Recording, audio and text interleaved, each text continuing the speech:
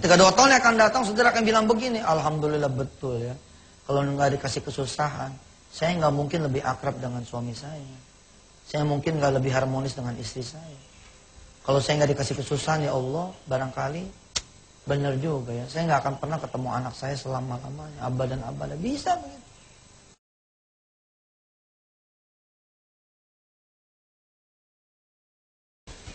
Assalamualaikum warahmatullahi wabarakatuh. Waalaikumsalam warahmatullahi wabarakatuh. Banyak orang yang ketika ditimpa kesusahan merasa jawabannya bukan Allah Azza wa Jalla. Kayak semalam saya kedatangan seorang kawan yang dia bilang, kalau dalam seminggu lagi saya nggak bayar, maka urusannya jadi urusan polisi. Dan selalu klasik tuh yang kayak begitu. Kemudian lantas saja di otaknya itu, di pikirannya itu, solusinya adalah harus bayar. Saya tanya berapa duit kudu bayarnya. Kira-kira sebutlah 53 juta. Dia merasa dia udah pontang-panting dalam 3 minggu. Dan 2 minggu sudah berlalu tanpa kepastian ada dana. Dan memang kalau di otaknya udah jawabannya adalah harus duit, ya begitu emang nasibnya.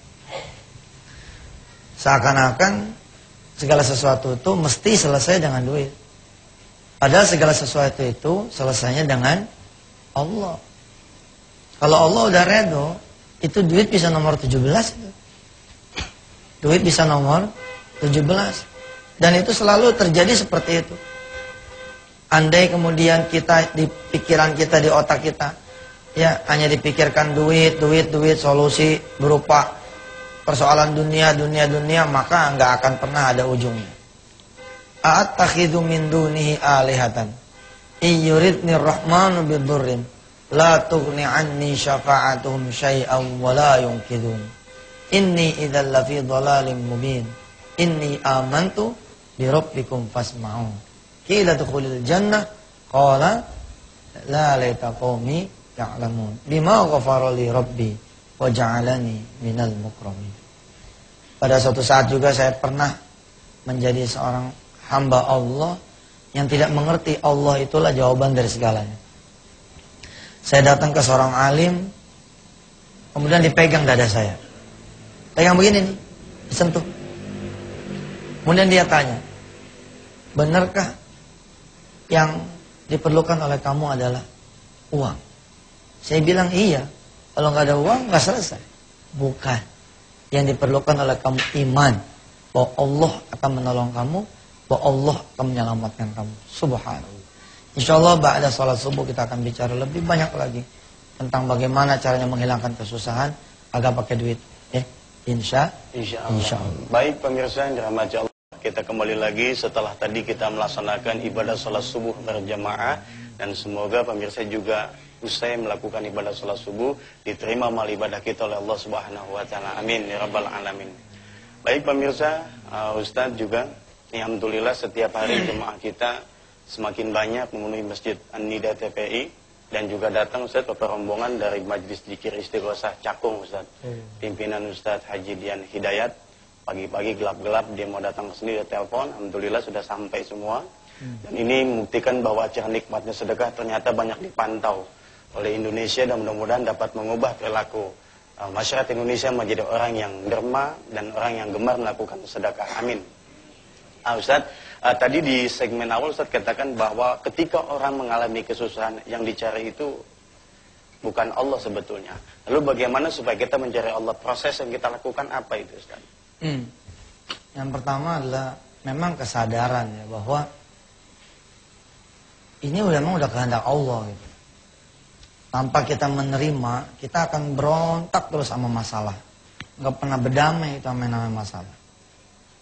Sebenarnya ketika kita terima kenyataan ya emang kita lagi nganggur mau diapain, itu sebenarnya bukan sesuatu kalimat yang jelek juga gitu. Ya mau diapain, kita lagi nganggur, malah nganggur memang begitu ya, itu bagus itu kalimat gitu. Sakit emang dirasa sakit, ini mau diapain lagi gitu. Semakin kita berontak, wah semakin kita meronta-ronta. Tapi begitu kita berdamai, kita dibawa tidur kan. Ya memang bangun sakit lagi, namanya juga bangun sakit lagi, ya tidur aja lagi. Ya tapi semakin betul-betul kita berontak, nggak akan ketemu solusinya. Apa kata Allah di dalam surah Al-Insan misalnya? وَجَزَاهُمْ بِمَا صَبَرُوا جَنَّةً وَحَرِيرًا مُتَّكِئِينَ فِيهَا عَلَى الْأَرَائِكِ لَا يَرَوْنَ فِيهَا شَمْسًا وَلَا زَمْهَرِيرًا. Kalau kita sabar ya, kita nggak akan ngelihat matahari yang panas gitu. La yarawna fiha syamsan wala zamharira. Juga nggak ngelihat kegaduhan. Iya. Ya gimana emang keadaan kita lagi begini. Nah emang orang lagi salah ya rumah saja dimaki-maki orang. Ya, disebelin orang. Ya, emang begitu. Tapi simpen dalam hati kita, insya Allah kita akan lewatin ini. Sering saya, dan kalimat ini akan terang ketika 2-3 tahun yang akan datang. Saya sering bilang sama teman-teman yang bermasalah, percayalah, Allah memilih saudara memegang kesusahan. Supaya saudara menyuarakan tentang kekuasaan Allah. Kapan? Barangkali 1-2 tahun yang akan datang.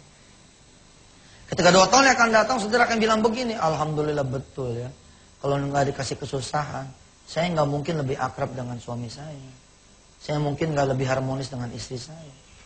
Kalau saya nggak dikasih kesusahan ya Allah, barangkali benar juga ya. Saya nggak akan pernah ketemu anak saya selama-lamanya, abadan abadan. Bisa begitu. Allah telah memilih saudara, ya, menerima kesenangan, berbagilah. Allah juga telah memilih saudara menerima kesusahan, bersabarlah. Bersedekahlah dengan kesabaran kita itu. Kita dikasih kesabaran untuk menerima masalah enteng. Ayah, bangun, toko kita kebakar, cepat jalan. Begitu kita ngelihat sudah tidak ada yang bisa diselamatkan. Yang muncul dari kalimat kita kalau bukan kesabaran, kita harus minum obat puyeng. Ya, yang ada di pikiran kita, Masya Allah, udah capek-capek kita bangun.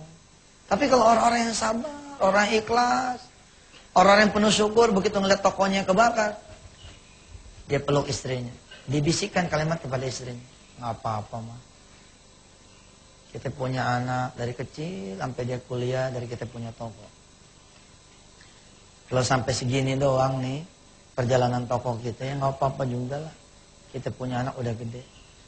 Orang lain mah tokonya kebakar, anaknya di dalam. Kita punya toko kebakar, anak kita di luar, udah pada gede. Insya Allah kita duduk lagi, kita duha lagi. Barangkali kita udah lama ninggalin duha. Kita sholat malam lagi sama anak-anak kita. Mudah-mudahan anak-anak kita nanti yang akan bangunin kita toko. Subhanallah. Saudara punya rumah, kemudian wayahnya harus disita oleh bank. Apa iya itu punya saudara? Bukan. Udah syukur lo dipinjemin sama Allah. Dari belum punya rumah sampai dikasih ngontrak. Dari ngontrak sampai punya. Lah punya juga hitungannya bertahun-tahun kita pakai. Kalau disuruh nulis di antara 2 kertas, tulis maksiat kalian, tulis anugerah Allah. Rasanya lebih banyak maksiat kita sama Allah. Dikasih rumah, nggak ada ngajinya tuh di rumah. Dikasih rumah, nggak masuk tuh anak yatim di situ. Bertahun-tahun. Allah apa marah? Allah marahnya baru hari itu doang gitu.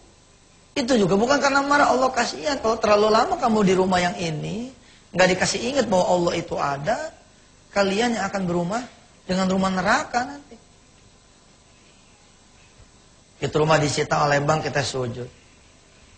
Ya Rabb, kalau emang rumah ini adalah bentuk pengampunan dari Engkau, dan Kau ambil rumah ini, maka ambillah bersama dosa-dosaku di dalam rumah ini ya Allah. Kita sering berantem sama istri di situ barangkali. Kita sering ngomel nggak keruan sama anak barangkali. Anak minta diajarin ngaji, kita mengelak. Anak minta diajarin begini, kita nggak mau. Terus bikin dosa.